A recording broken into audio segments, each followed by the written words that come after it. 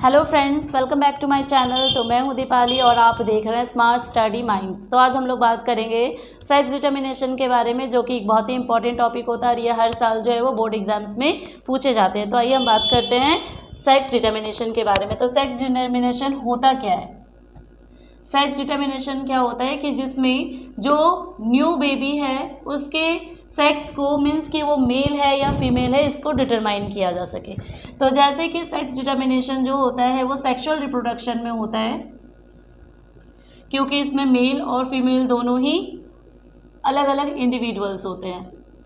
ठीक है, तो जैसे कि मेल में और फीमेल में दोनों में जो क्रोमोसोम्स होते हैं वो दोनों ही जो सेक्स क्रोमोसोम होते हैं, जैसे कि जो ह्यूमन बॉडी है जो या ह्यूमन बीइंग है जिसमें 23 पेयर्स ऑफ क्रोमोसोम्स होते हैं। टोटल जो क्रोमोसोम्स होते हैं वो 23 पेयर्स होते हैं, जिसमें 22 पेयर्स जो होता है जिसे हम क्या कहते हैं, ऑटोसोम्स कहते हैं।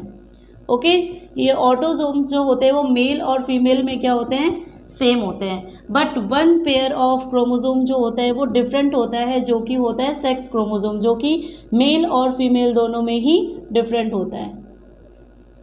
ओके, तो हम लोग यहाँ पे देखेंगे कि मेल और फीमेल में जो वन पेयर ऑफ क्रोमोसोम होता है वो डिफरेंट होता है। वो क्या होता है कि मेल में होता है XY और जो फीमेल होता है उसमें क्या होता है XX। ओके, तो मेल में XY एंड XX, ये तो हम क्या देख पा रहे हैं कि यहाँ पे यही जो वन पेयर ऑफ क्रोमोसोम होते हैं वो डिफरेंट होते हैं, बाकी 22 पेयर्स जो होते हैं वो मेल और फीमेल दोनों में ही सेम होते हैं। राइट, तो आइए हम बात करते हैं कि यहाँ पे किस तरह से हम इसको डिटरमाइन कर सकते हैं कि जो नेक्स्ट जनरेशन में जो बेबी होगा वो बेबी बॉय या गर्ल। ओके, तो आइए हम देखते हैं सबसे पहले कि जब क्या होता है कि जब इनमें क्रॉसिंग होती है, जब फर्टिलाइजेशन के ड्यूरिंग, तो जब X और X कंबाइन करता है तो यहाँ पे जो बेबी होगा वो क्या होगा, गर्ल। ओके, फिर यहाँ पे हम देखेंगे कि जब ये X और ये X कंबाइन करेगा तो यहाँ पे भी हम देख रहे हैं कि जो पेयरिंग हो रही है वो डबल X की हो रही है। इट मीन्स यहाँ पे भी हम देखेंगे जो बेबी होगा वो क्या रहेगा, गर्ल। ओके, अब हम बात करते हैं यहाँ पे जब हम Y से इनकी क्रॉसिंग करवाते हैं तो यहाँ पे हम देख रहे हैं एक X और एक Y। इट मीन्स यहाँ पे जो बेबी होगा वो बॉय होगा।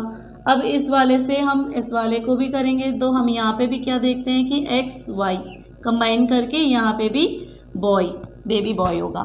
ठीक है, तो हम क्या देख पा रहे हैं यहाँ पे कि 2 गर्ल 2 बेबी बॉय। ठीक है, तो यहाँ पे जो रेशियो रह रहा है क्या रह रहा है, 2:2।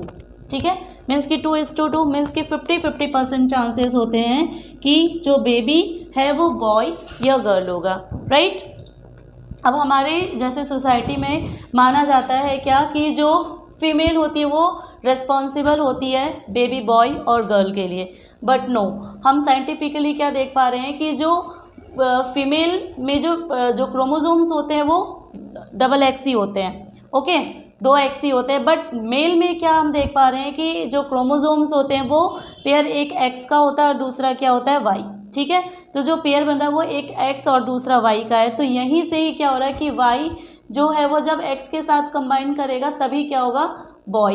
राइट, तो इस तरह से हम क्या हमें क्या लग रहा है कि जो मेल होता है, इट मीन्स जो फादर होते हैं वही रिस्पॉन्सिबल होते हैं, जो उनके बेबीज़ होंगे, जो ऑफस्प्रिंग होंगे वो बेबी होगा, बेबी बॉय होगा या गर्ल होगी। राइट, तो इसलिए हम इस चीज़ को सही नहीं मान सकते हैं कि female is responsible for the baby of boy और गर्ल। ठीक है, तो ये क्वेश्चन भी एक बहुत इंपॉर्टेंट क्वेश्चन होता है कि जो फादर है या मदर है वो रिस्पॉन्सिबल होता है बेबी बॉय के लिए और बेबी गर्ल के लिए। ओके, आई होप गाइज आप लोगों को वीडियो पसंद आई हो और आप लोगों को समझ में आ गया हो, and thank you so much.